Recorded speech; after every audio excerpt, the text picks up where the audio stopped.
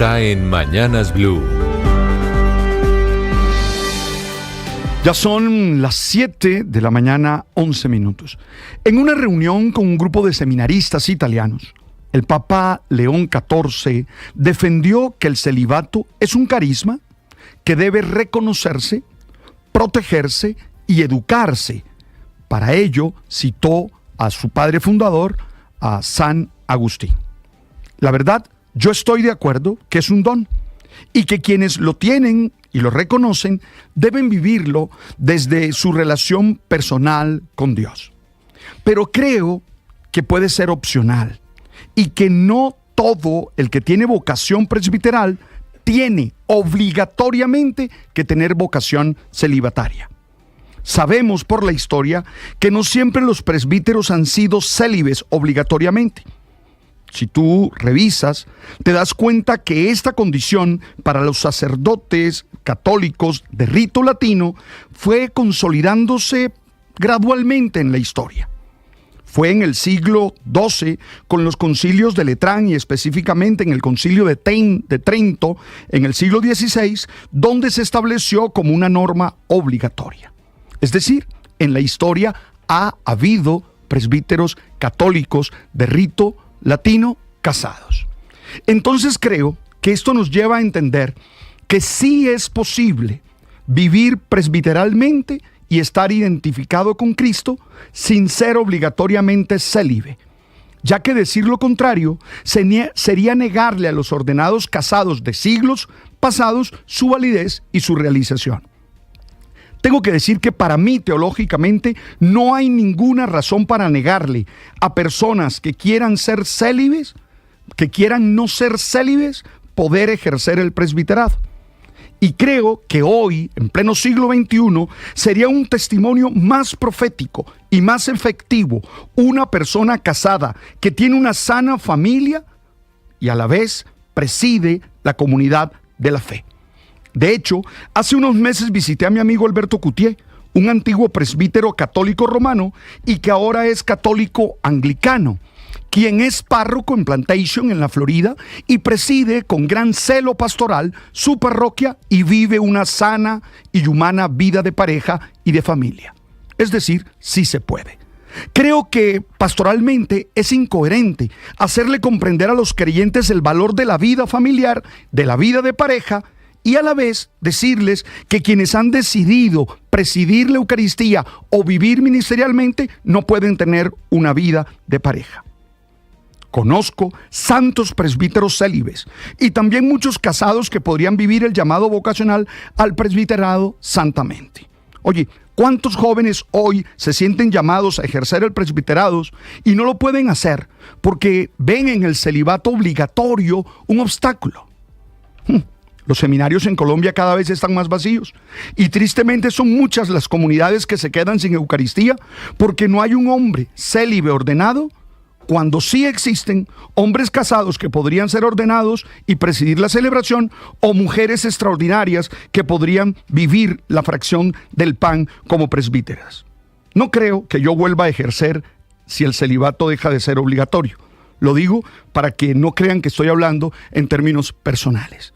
Pero ojo, aunque el Papa tiene razón en que debe reconocerse, cuidarse y protegerse, también creo que no debe ser obligatorio, sino opcional, como en varias iglesias.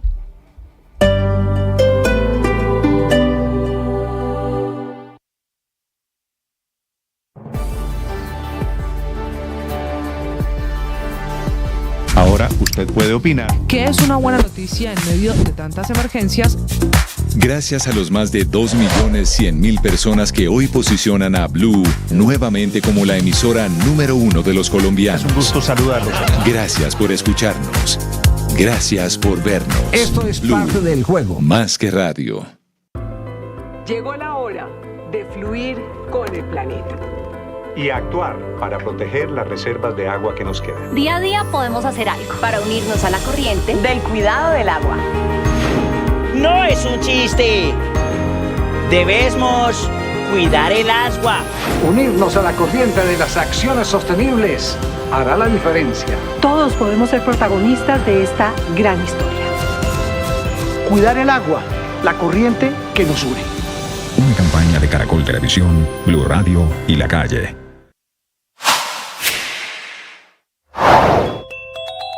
Se va a acabar el gobierno del presidente Petro sin que se cumpla una de sus obsesiones, sacar a Thomas Gregan Sons de la elaboración de pasaportes. Faltan 36 días para que se acabe el actual contrato. La canciller Laura Sarabia anunció entonces una nueva declaratoria de urgencia manifiesta, que esa es la figura técnica, la manera como la Cancillería espera que la misma empresa siga emitiendo los pasaportes al menos por 11 meses más, es decir, hasta agosto del próximo año, lo que representaría una nueva contratación directa con la empresa graduada de enemiga por el presidente Gustavo Petro. Sería la tercera urgencia manifiesta en este gobierno. Solo pasaron unas horas desde ese anuncio de la canciller para que el presidente Gustavo Petro en ese Consejo de Ministros sentenciara que no va a permitir una nueva urgencia que prorrogue el contrato de Thomas Gregan Sons, lo que significa que el presidente otra vez está en desacuerdo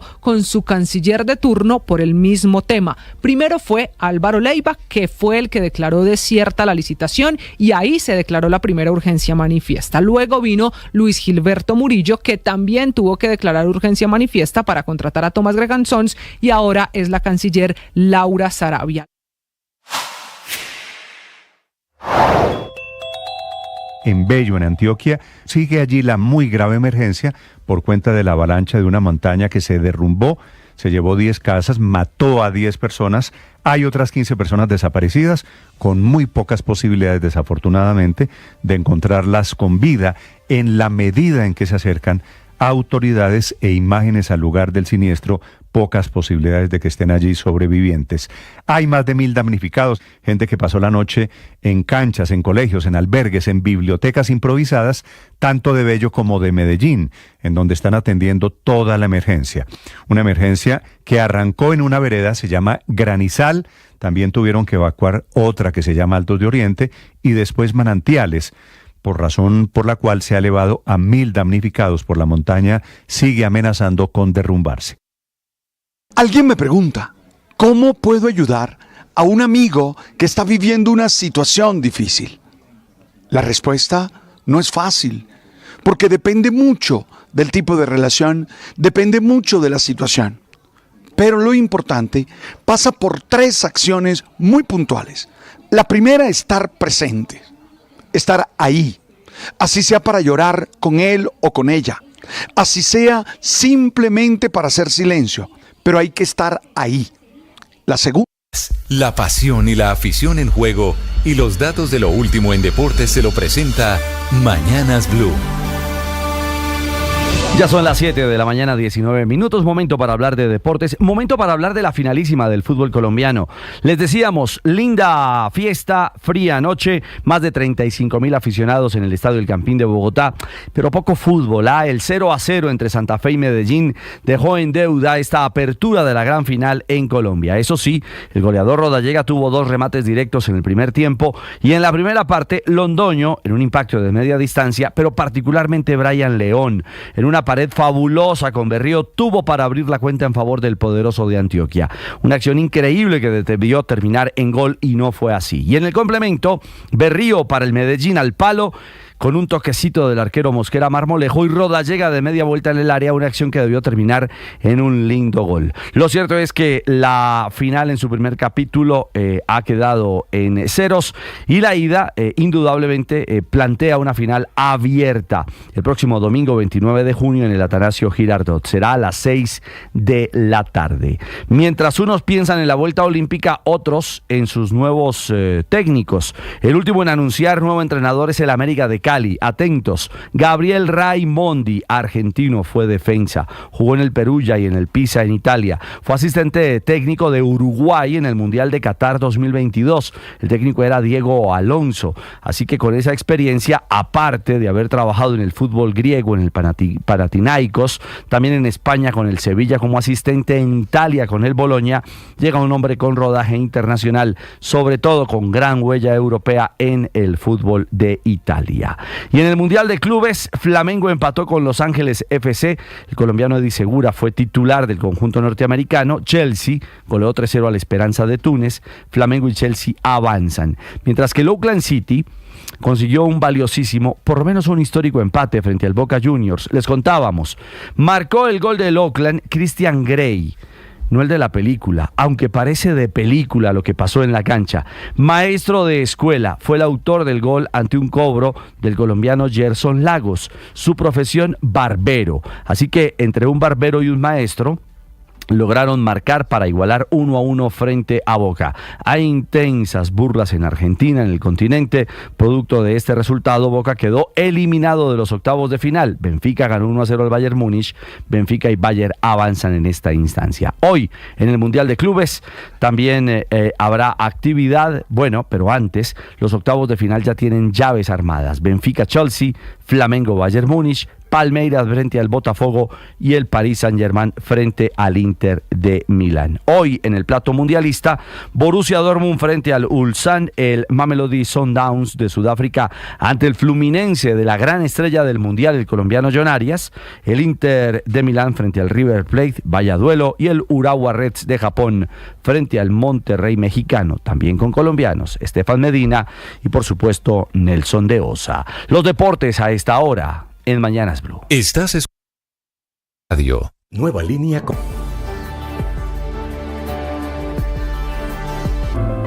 Llegó la hora de fluir con el planeta.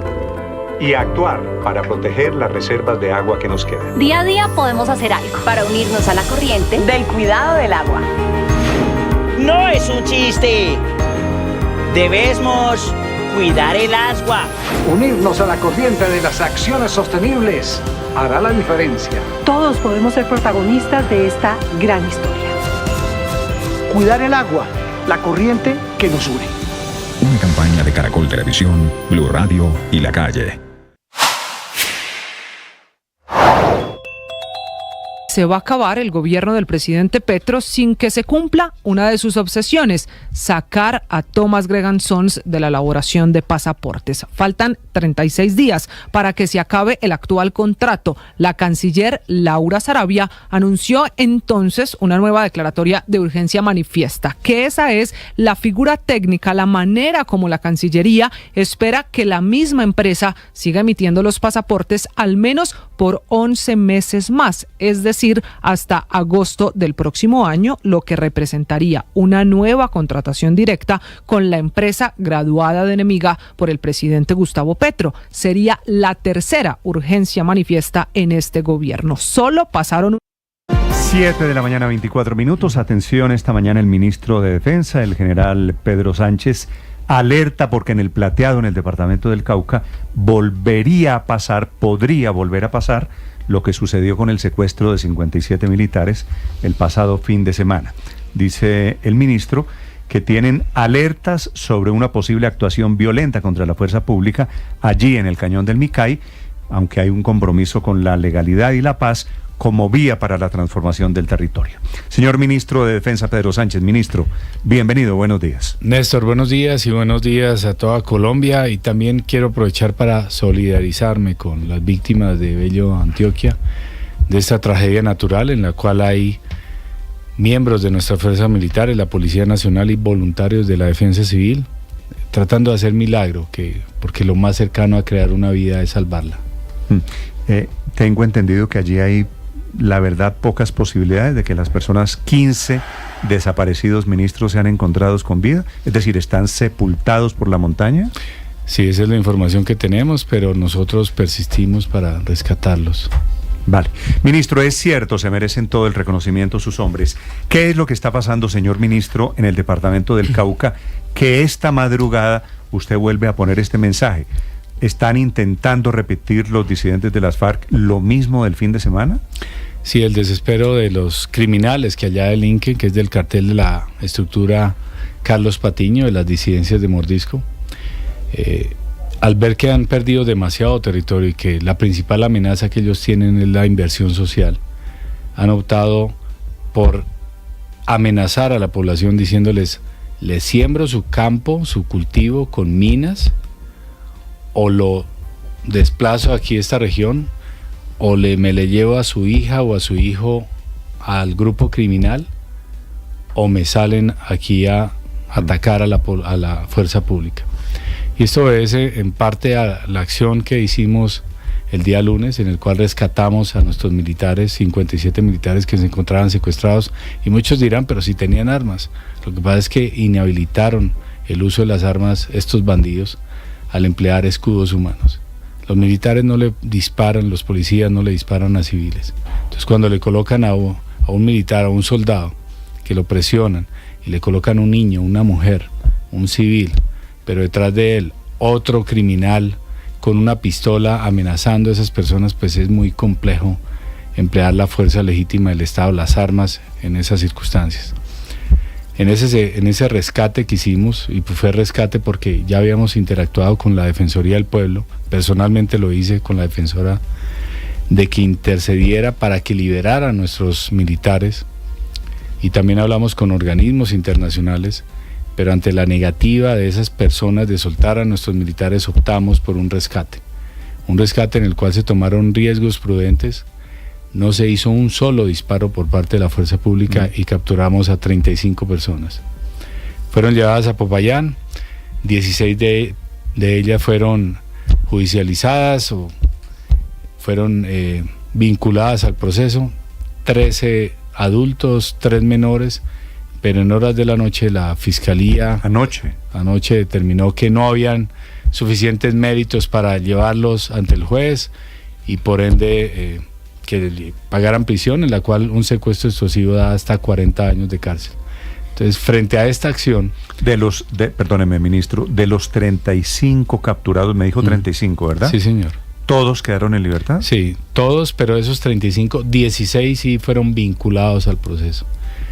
¿Qué sigue ahora? Es recopilar más argumentos de parte de la justicia para poderlos Pero usted está molesto con eso, por supuesto. Claro, eso genera indignación. Nuestros hombres estuvieron en peligro, en riesgo.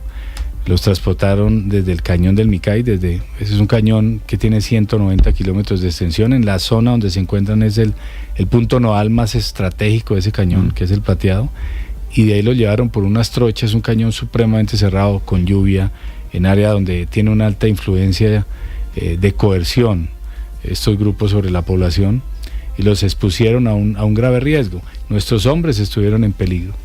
Por ello, incluso el presidente de la República estuvo supremamente atento a la liberación de nuestros hombres.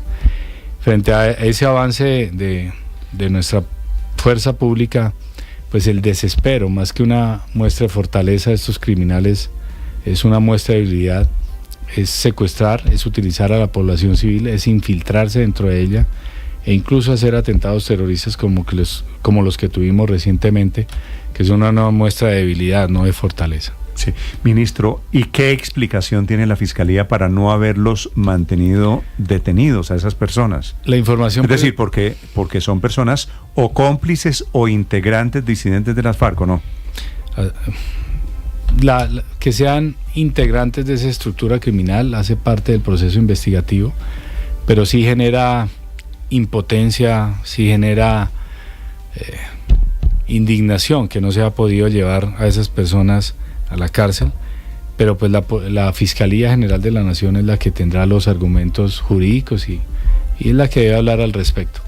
Eso no nos doblega, eso no nos reduce la posibilidad de rescatar a nuestra población que está ya coercionada por esos criminales, y que el avance va bastante fuerte. Hay unas cifras de seguridad muy impactantes allá. Desde que estamos en esta operación, si comparamos este periodo con el periodo anterior, los homicidios se redujeron en los 2 municipios, que es Argelia y El Tambo, que son los que tienen los corregimientos del Plateado y la Hacienda respectivamente. Se redujo en un 26% los homicidios. El desplazamiento forzado por las confrontaciones que había contra el otro grupo criminal, que es el ELN y la Segunda Marquetalia, se redujo en un 74%. La extorsión se redujo prácticamente en la mitad. El hurto se redujo en un 80%. Pero, ministro, es difícil, le confieso, entender la teoría suya de que lo que está pasando es un síntoma de debilidad de estos disidentes de las FARC. Estos señores secuestraron el fin de semana 57 militares, se los llevaron de un lugar a otro, recorrieron creo que 30 y pico de kilómetros llevando los militares secuestrados, ¿no es verdad? Hoy amenazan nuevamente con atacar a la fuerza pública. Y usted, el señor ministro de Defensa, dice, ¿esto es síntoma de debilidad? Así es. Sé que puede ser difícil de entender para algunos, pero pues para otros es fácil de entender, es muy sencillo de entender. Primero, es una fuerza militar y están desarrollando una operación militar. No han tenido la capacidad de enfrentar militarmente o con capacidad armada a la fuerza pública. Huyen.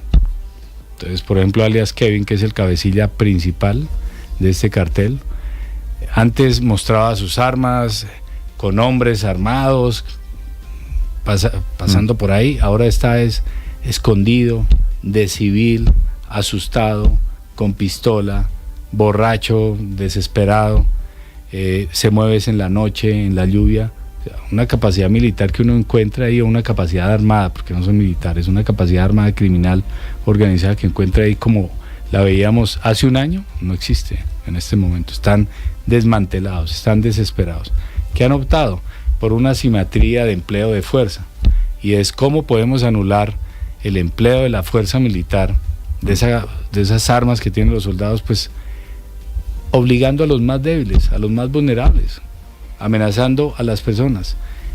Y son apenas unas 200 personas que han actuado en esto, de 30.000 habitantes que hay en ese cañón del Micay. La mayor cantidad de gente no quiere ya a estos criminales. Y lo ve uno también en la cifra de cultivos ilícitos. En Argelia, por ejemplo, se multiplicó en 700% las familias que dijeron, ya no más, vamos a matricularnos con este programa. Pasaron de 150 casi a 1.000 personas, 1.000 familias, y eso significa menos droga, menos cultivos, menos poder, y esa es su manera de expresar ese desespero. Usted era general de la Fuerza Aérea Colombiana, general Sánchez, ¿verdad? Así fue. Ministro, digo, antes de ser ministro, Sí, fue señor. general, además muy condecorado. ¿Usted cree que aquí faltan los Gripen, llegan los Gripen suecos, ministro? Usted que conoce bien el tema de los desequilibrios, de las asimetrías que pueden provocar los Gripen puede ser la solución para este tema del Cauca? Es parte de la solución. Eso es un wicked problem que llaman, o un problema retorcido, donde hay diferentes actores y factores, y cuya interacción no sabe uno qué pueda ocurrir.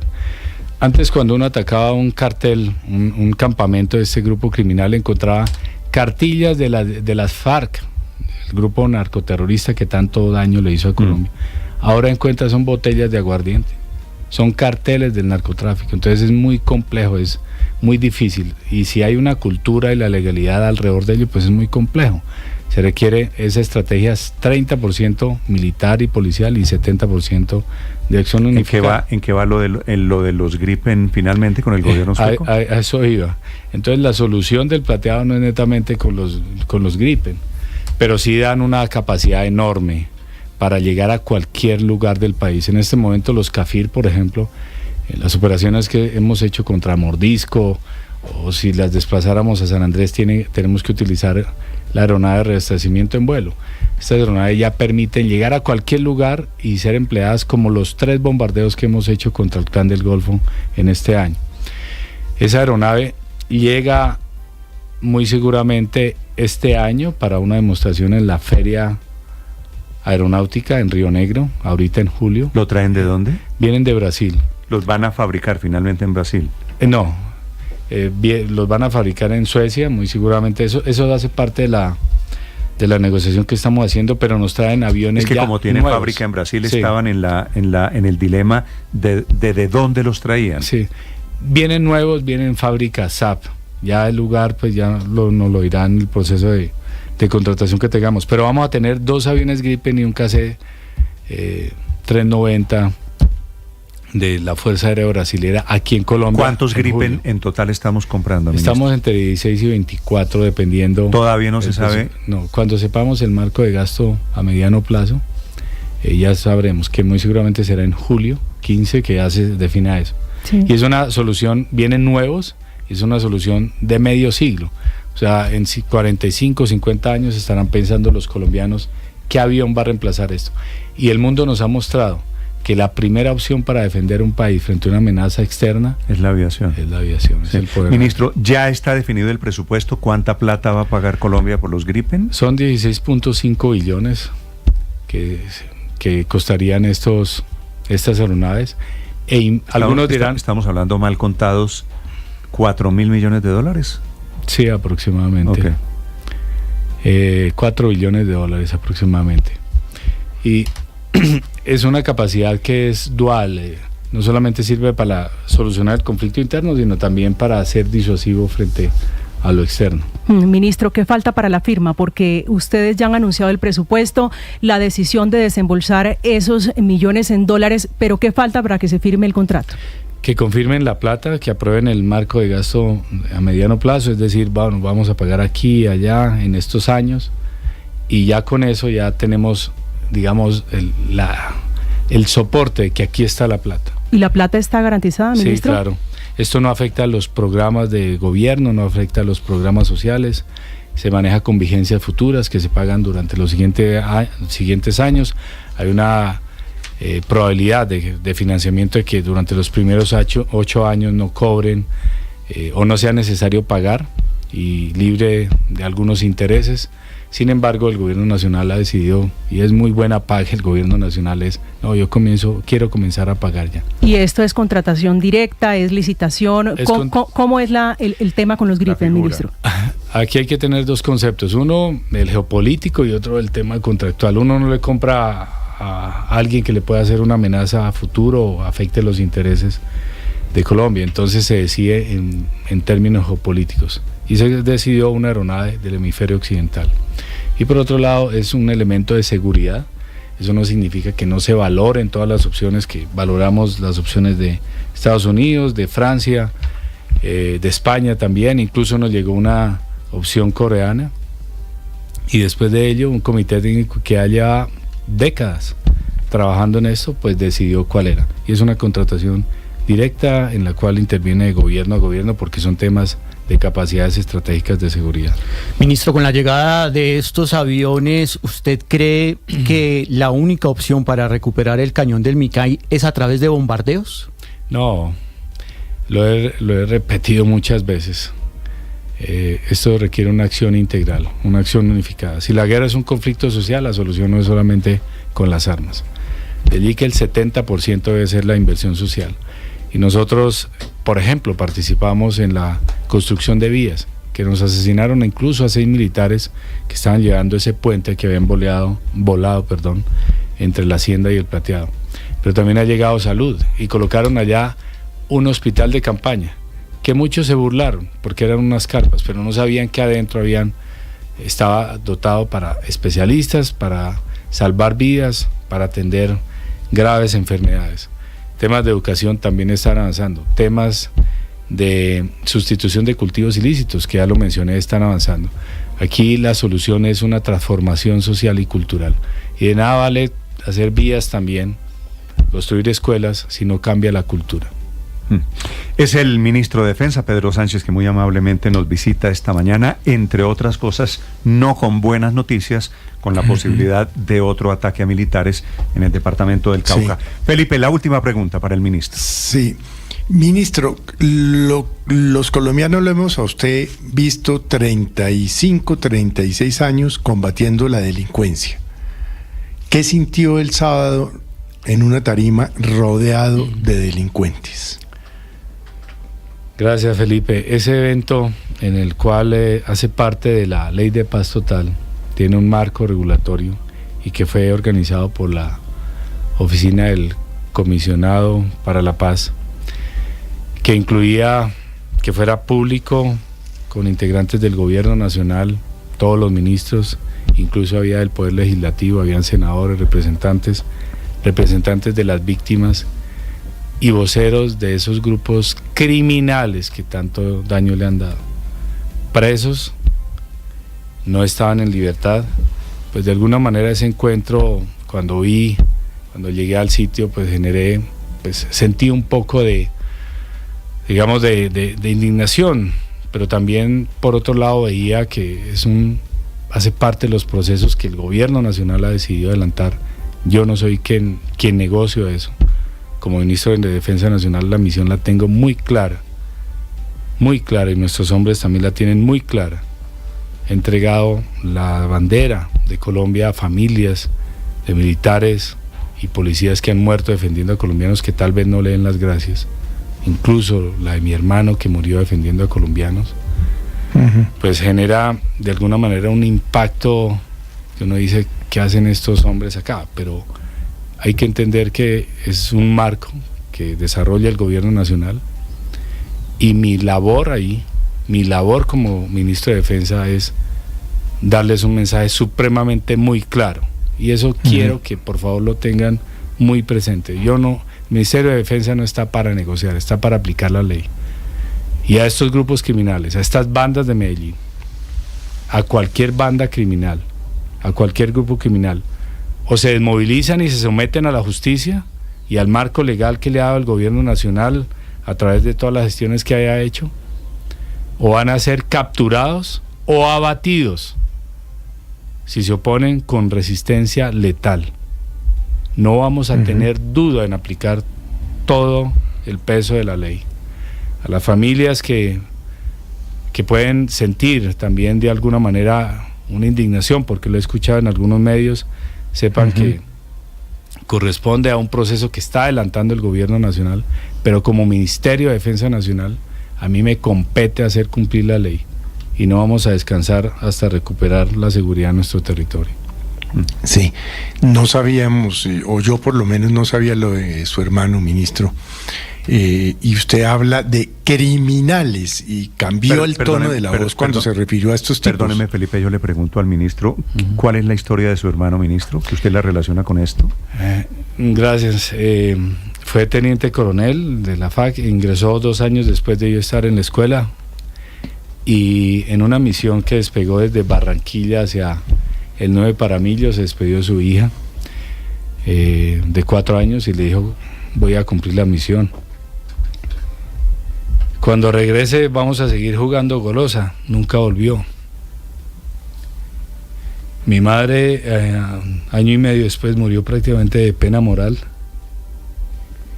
Mi padre 2 años después, pero pues hay que seguir con las botas puestas. Él era piloto también. ¿Esto fue hace cuánto? Hace ya 13 años.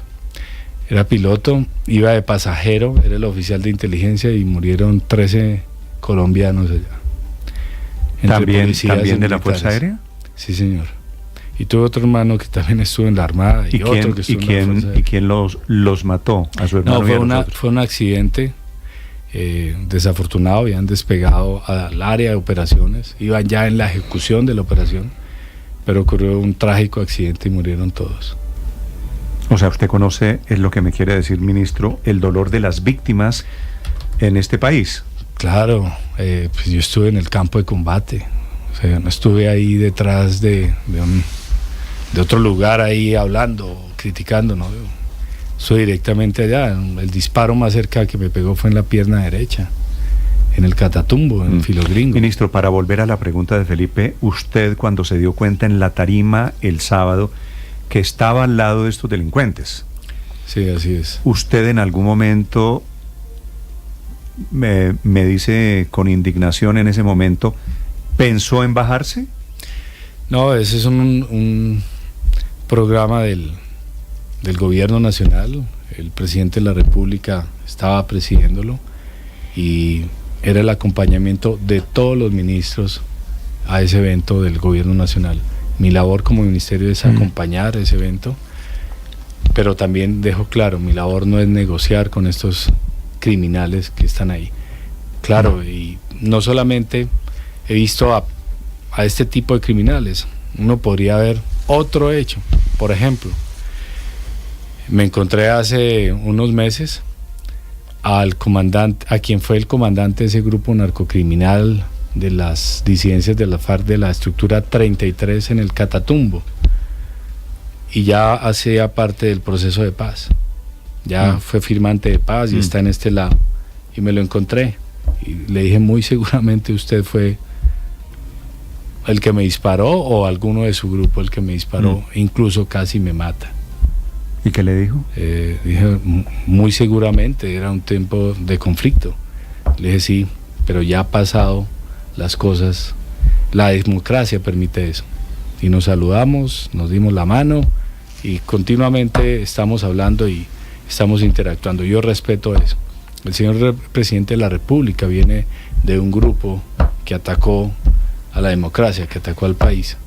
Pero ese mismo país decidió que... Perdonarlo. Sí, que es maduro, que es madura esta democracia y es el presidente de la República de Colombia, es el comandante supremo de las Fuerzas Armadas, es el jefe de Estado, fue elegido por los colombianos.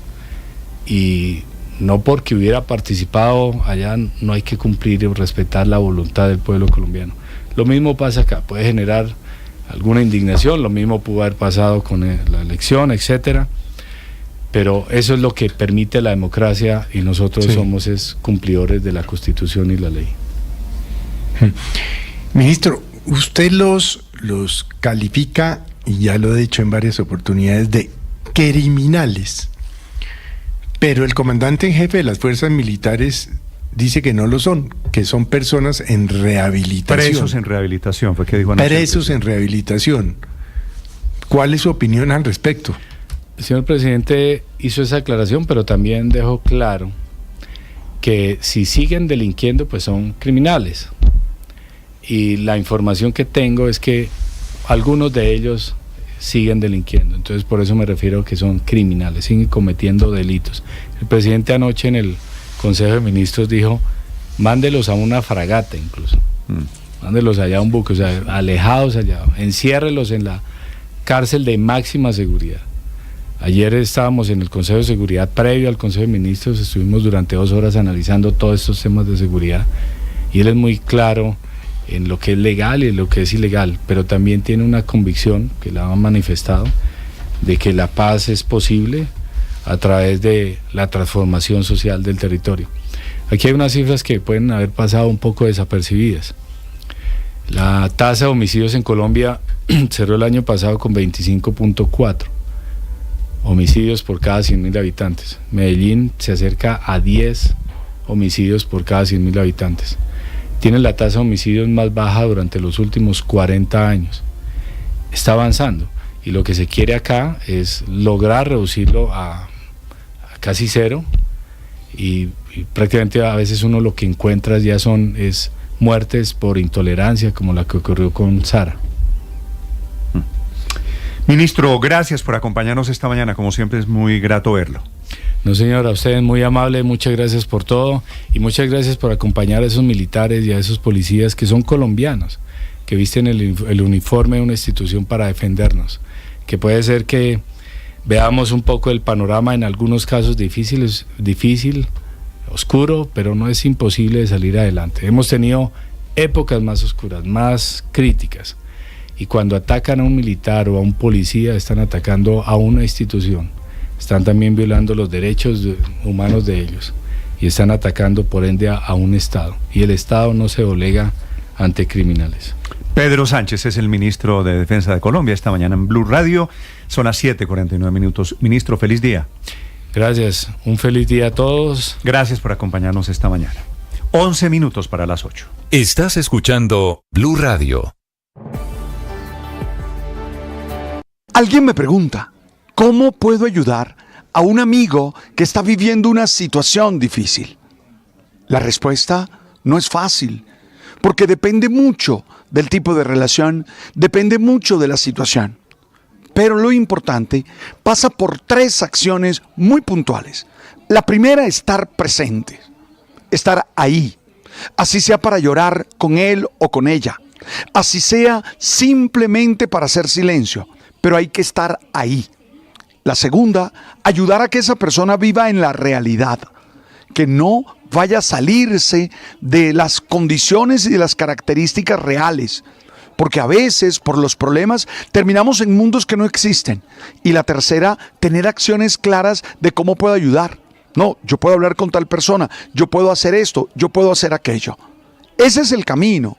Nosotros no somos solucionadores de problemas, somos hermanos, hermanas que acompañamos a los otros.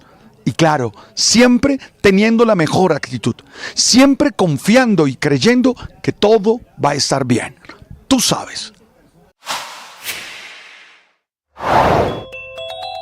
La relación del presidente Gustavo Petro con el gremio médico ha atravesado momentos de fuerte tensión y su más reciente declaración en Medellín, cuando compartía tarima con jefes de bandas criminales, no ha hecho más que avivar la controversia al afirmar, abro comillas, las regiones de Colombia y barrios populares de Colombia no tienen buena salud porque salen profesionales con dinero y no quieren salir del poblado o del Parque de la 93, cierro comillas, haciendo referencia a que se pagan más de 30 millones de pesos en Colombia por estudiar medicina.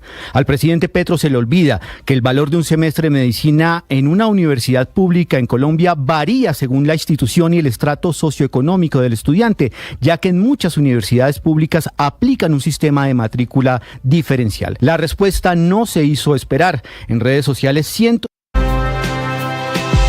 Felipe, ¿entendió el mensaje del ministro sobre la tarima? Hombre, es que también póngase en los pantalones del ministro, le queda muy difícil. Sí, Felipe, el mensaje, pero pues sí, del ministro mostró su indignación, no me gustó, es que me indigné. No me gustó, pero el que manda, aunque mande mal, y aquí hay un respeto institucional al presidente Gustavo Petro, y me parece bien, Felipe, debo decirlo. Ni más faltaba que el ministro se le va a sublevar al presidente, es una decisión política del presidente. A usted y a mí, a muchas personas posiblemente no nos gustó, pero el presidente tiene la capacidad para tomar decisiones de carácter político y por supuesto el ministro de Defensa tiene que asumir y es la obediencia del soldado. Le tocó tragarse ese sapo como se ha tenido que tragar otros, Néstor, pero bueno, pero a mí me alegra mucho es que el haya ministro de Defensa y si no quisiera tragarse esos sapos, pues no estaría de ministro de Defensa. Pero también es bueno para el país que son los que estamos abajo de la tarima. Los que están en la tarima tienen diferentes miradas. Uno, los parlamentarios, porque era un acto de campaña política. Entonces usted ve a los parlamentarios ahí vitoreando, suponiendo que esto les va a conseguir votos. Los otros, los ministros, todos, pues siguiendo las indicaciones del señor presidente. Y el que no está de acuerdo, pues no estará en el gabinete. Así que esa es la posición del ministro Sánchez. Ese quiebre de cintura, Néstor, que tiene el ministro de Defensa para manejar pues una situación, por supuesto, incómoda para él, como nos lo dejó saber en esta entrevista, estar en tarima con semejantes personajes y a la vez pues ser el comandante en jefe de las fuerzas también, respondiendo, hablando con los generales, dando línea. Pues esa doble condición es la que permite que él pueda hacer su tarea bien frente al ejército, frente a la FARC, frente a la Armada y a la vez frente al presidente y sus gustos y su orientación política. Entonces yo sí espero que ojalá el ministro de Defensa pueda terminar con el presidente Gustavo Petro el 7 de agosto, que llegue hasta el último día, que lo está haciendo bien. Bueno, sí, ha salido bueno ese ministro, la verdad, porque además de que yo creo que entiende, por supuesto, por su formación militar, muy bien todo el tema de la fuerza pública, pues realmente ha salido también buen político en el sentido de entender la oportunidad de los mensajes, en entender la importancia de la comunicación. Es muy certero, me parece a mí, en la comunicación, en medio de la enorme dificultad de tener un presidente, un jefe que da órdenes erráticas que no son fáciles de explicar, como esta de la subida de estas personas a la tarima, y sin embargo él lo hace bien, tranquilo. El ministro le está respondiendo, Felipe, yo creo que es evidente, a las muchas personas que le reclaman de que tenga una actitud diferente por ser ministro de Defensa. Y el ministro, creo que el mensaje que está enviando también suficientemente claro es: me sujeto, me subordino a las decisiones políticas que tiene que tomar el presidente Gustavo Petro. Pero además él aceptó, ¿no? Él aceptó cuando se retira de la carrera militar y acepta el ministerio, precisamente acepta también obedecer al presidente y a su gabinete. Entonces eso está implícito, eso se da por descontado. A mí lo que me parece más importante no es su participación simbólica en este evento, que condeno desde la cabeza, o sea, desde el presidente, no desde el ministro, sino que en el terreno se recupere no solamente la moral de la fuerza pública, de los militares, que se garantice que hay una persona que los entiende, que ha estado ahí con las botas puestas y que sabe cómo afectan esas decisiones que se toman, pero que además nos dé la recuperación del territorio, porque es que lo del Plateado, lo del Catatumbo, lo del Chocó, necesita resultados concretos. Y sí creo que en la medida en que el ministro demuestre estos resultados, pues de alguna manera las tarimas pasan a un segundo plano. 7 de la mañana, 56 minutos. Pararon las lluvias en Bello, en la frontera con Medellín, lo que ha permitido esta mañana aumentar las labores de búsqueda y rescate, buscando a los 15 desaparecidos. Ya hay 10 cadáveres, hay 15 personas heridas. Allí desde los albergues, Felipe García. Bueno, Néstor, seguimos aquí en la parte de Santo Domingo, en la parte más baja de la tragedia que ya cobró la vida, recordemos, de 10 personas en el municipio de Bello. Nos encontramos con una de las afectadas, Sandra Alzate. Doña Sandra, bienvenida a los micrófonos de Blue Radio y cuéntenos cómo se vivió esa trágica madrugada, qué fue lo que ustedes sintieron. Relátanos un poco de lo que sucedió. Hola, muy buenos días. Mi nombre es Sandra Alzate. Estoy consternada, estoy muy asustada, porque uno después de estar durmiendo, a tener que escuchar a la gente, salgan, que hay una avalancha, eso es muy duro. Eso es muy duro, mucho susto. En el día de ayer no sabía qué hacer porque como no podíamos salir del barrio, caminábamos para el Pinal, subíamos a la Invasión, la gente avalancha, la última avalancha que bajó eran como las 11 de la mañana. Usted me relataba hace unos minutos que empezó a ver tejas de zinc fuera de su casa, que empezó a ver luces, la gente gritando. ¿Cómo fue en esos momentos angustiosos? Pero ¿ustedes qué hicieron en ese momento en lo que viene la avalancha, precisamente allí en esta zona veredal de Bello? Bueno, antesito de la avalancha cayó un mero lapo de agua. El lunes por la noche cayó mero lapo de agua, mero. Y nosotros estamos acostumbrados a esos lapos de agua y nunca nos había pasado nada. Que por mi casa ha pasado una quebradita y bueno, cuando llueve muy duro siempre se me inunda la casa, pero gracias a Dios no pierdo nada en ninguno de los enseres. Cuando yo sentí que la gente empezó a gritar, salgan de las casas, eso es muy duro, porque yo salí corriendo, fui a buscar a la hija mía que vive para el barrio Las Flores y me parece que ese barrio estaba como en peligro. Usted está aquí en el albergue de Medellín. ¿Cómo pasaron la noche? ¿Han recibido la atención de las autoridades? ¿Qué se viene ahora de volver a sus casas? Pues es lo que esperan pronto, pero de momento, ¿qué van a hacer ustedes, su familia? Me contaba que tenía una hija, 2 nietos, su esposo. Sí. En la casa pues se quedaron el esposo y la hija, pero yo tengo otra hija que ella inmediatamente salió para donde la suegra, para Carpinelo, entonces en ella casi no estoy como tan asustada, pero sí mantengo muy asustada en la otra hija que se me quedó en la casa. Y yo no quisiera que ella se quedara allá en el barrio Manantiales, porque si nos dijeron desalojen es porque algo puede suceder, guerra avisada no mata al soldado, y yo no me voy a dejar que me mate el soldado. Néstor, este es el panorama entonces desde Medellín, en límites con el municipio de Bello, en donde pasó la tragedia.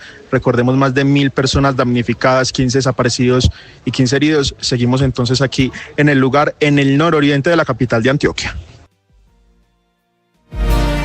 Felipe, gracias y mucha atención. Esta mañana también firmó el proyecto de ley para la reforma laboral el presidente del Congreso, Efraín Cepeda. Andrés Carmona.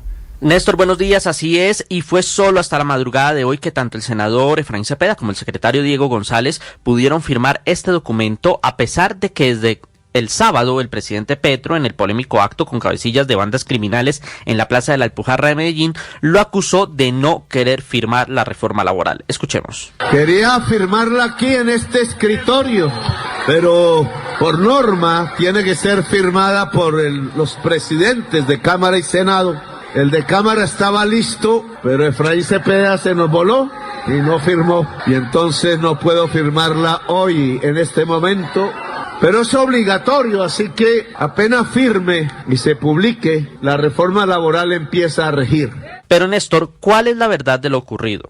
No fue como dijo el primer mandatario que Cepeda se le voló.